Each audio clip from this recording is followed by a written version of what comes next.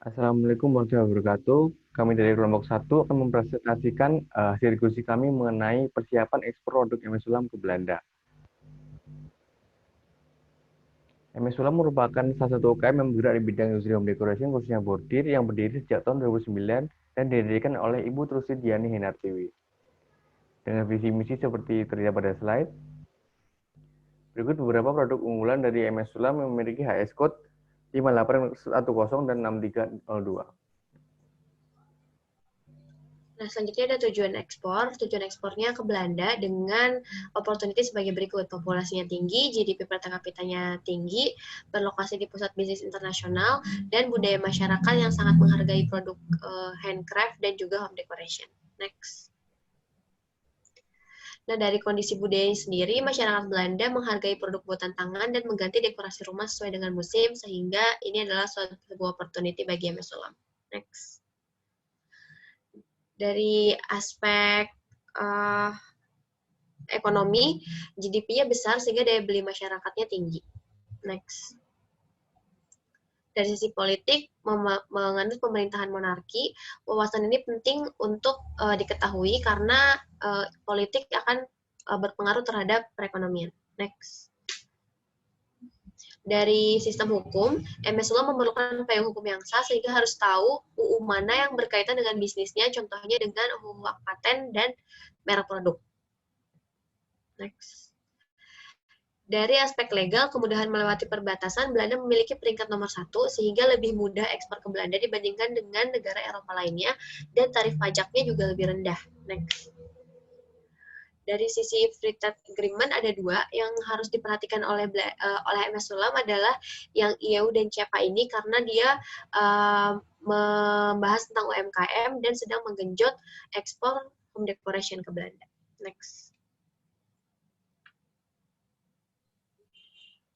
Nah, selanjutnya terdapat market dari Trade Map yang menyatakan bahwa Belanda merupakan peringkat 42 impor dunia dengan 0,4% persentasenya. Next.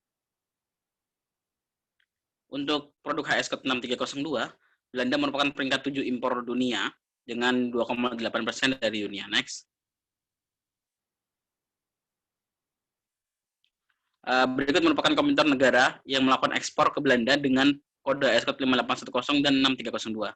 Indonesia sendiri berada pada urutan 14 dari total negara yang mengekspor produk taplak, meja, dan sarung bantal dengan total ekspor senilai 57.000 US dollar. Ini harus ditingkatkan lagi.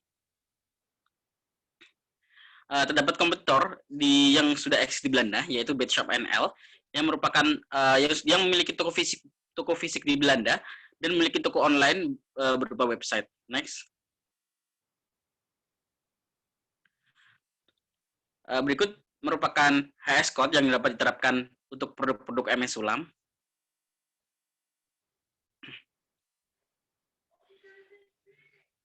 Adapun langkah ekspor yang perlu dilakukan, yang pertama, MS Sulam harus memenuhi persyaratan pemerintah Indonesia, kemudian mendaftarkan kegiatan ekspornya ke pihak Bea Cukai Indonesia, kemudian dari pihak Bea Cukai Indonesia melakukan pengiriman application letter kepada pihak Bea Cukai Belanda. Kemudian pihak Bea Cukai Belanda akan meng-ACC dan mengirimkan COO, dan yang kemudian MS Sulam harus mempersiapkan dokumen dan produknya, kemudian melakukan pengiriman barang. Next. Ada beberapa persyaratan tekstil di Belanda. Yang pertama ada General Product Safety Directive, yang kedua ada REACH atau Restricted Chemical, yang ketiga ada Textile Regulation dan Packaging. Next. Ada beberapa dokumen ekspor yang perlu dipersiapkan ke Belanda. Yang pertama ada CRM Waybill, ada Commercial Invoice, ada Packing List, dan Intrastat. Nah, ada ini berikut merupakan beberapa hal yang perlu dicantumkan dalam packing list. Next. Berikut merupakan ketentuan tekstil label yang harus diperhatikan. Yang pertama itu menjelaskan komposisi kain dengan urutan persentase menurun, kemudian menggunakan teks yang jelas dan dapat terbaca, kemudian harus disarankan menggunakan bahasa Belanda ataupun menggunakan bahasa Inggris. Next. Dalam skala masuk, kami menyarankan menggunakan skala masuk kecil sebagai awal dan tes pasar. Kemudian jika sudah mendapatkan bayar, dapat melakukan dengan skala besar. Kemudian dalam sistem pembayaran, kami menyarankan menggunakan letter of credit dengan jenis irrevocable and confirm LC dengan mention pembayaran di awal atau DP sebesar 50%. Kemudian sistem Incoterm, kami menyarankan menggunakan EXW karena dinilai sangat menguntungkan dari pihak eksportir. Next. Ada untuk mengurangi risiko, ada beberapa hal yang perlu diperhatikan, yaitu kita dapat melakukan asuransi seperti proteksi piutang dagang, pengangkutan, atau jaminan pembayaran uang muka, jaminan pembayaran yang telah disediakan oleh Bank Eksim Indonesia. Berikut merupakan jasa pengiriman.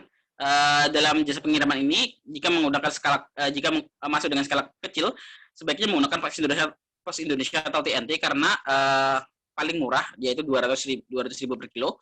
Kemudian jika menggunakan kontainer, jika tidak penuh, sebaiknya menggunakan sharing dengan UMKM lain. Next. Ada beberapa peluang. Yang pertama itu inflasi yang rendah sehingga mendorong impor di Belanda. Kemudian banyaknya rumah di Belanda dan meningkat setiap tahunnya.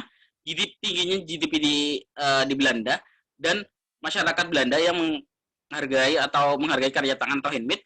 Kemudian MS Sulam juga pernah mendapatkan pesanan dari custom dari Belanda. Next. Ada beberapa tantangan, yaitu bagaimana cara memproduksi massal dalam waktu yang cepat, kemudian bagaimana cara memperoleh investor untuk penambahan pendanaan, kemudian mengetahui desain dan produk yang lagi tren di Belanda, dan memperoleh SDM yang handal untuk exposure website dan pengelolaan sosial media. Next.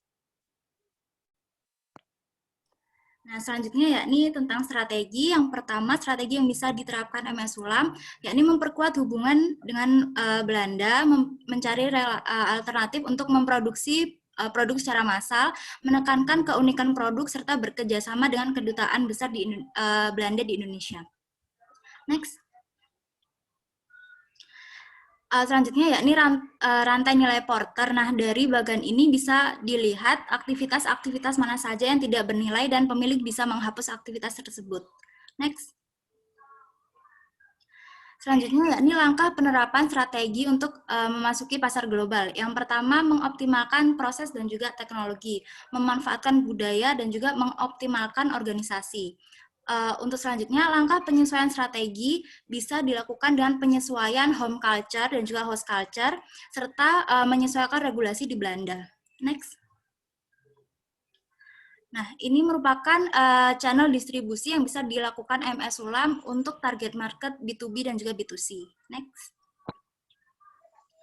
Selanjutnya, yakni strategi yang bisa diterapkan MS Sulam, yakni strategi transnasional. Perusahaan harus melakukan semua yang mereka bisa untuk menanggapi tekanan pengurangan biaya dan juga responsi lokal.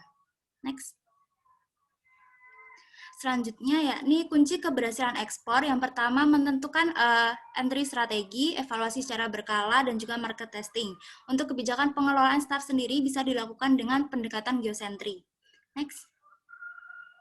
Selanjutnya yakni ekspatriat. Ekspatriat merupakan pekerja yang diutus untuk tinggal di luar negeri dan juga mengatur operasional ekspor di negara tujuan. Di sini ekspatriat diberikan kompensasi berupa gaji pokok dan juga tunjangan. Next. Selanjutnya penentuan harga bisa ditentukan yang pertama oleh faktor yang tidak dapat dikendalikan, yakni biaya produksi, HPP, biaya tenaga kerja, dan juga biaya pemasaran. Untuk faktor yang tidak dapat dikendalikan berupa biaya pengiriman, biaya perizinan, dan juga keuntungan margin. Untuk nilai selanjutnya yakni nilai yang kompetitif, yakni harga yang lebih murah dibandingkan dengan kompetitor. Next. Selanjutnya untuk faktor yang dapat mempengaruhi syarat pembayaran ekspor. Yang pertama sifat produk, yang kedua kelayakan kredit, pertukaran dan kontrol impor, persyaratan kredit pesaing, situasi ekonomi, dan juga ukuran pesanan ekspor, serta posisi keuangan ekspor. Next. Untuk peringkat kredit negara, Belanda memiliki peringkat kredit AAA dan juga memiliki kemungkinan default atau tidak bisa membayar 0,18%.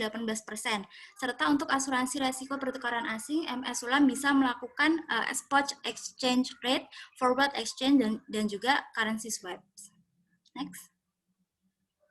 Nah, untuk rekomendasi yang bisa dilakukan MS Ulan, yakni melakukan pemasaran melalui media sosial, membuat website, melakukan foto produk secara profesional, membuat atau memperhatikan tren, mempelajari dan mengimplementasikan tata cara ekspor, serta mengimplementasikan strategi ekspor ke Belanda.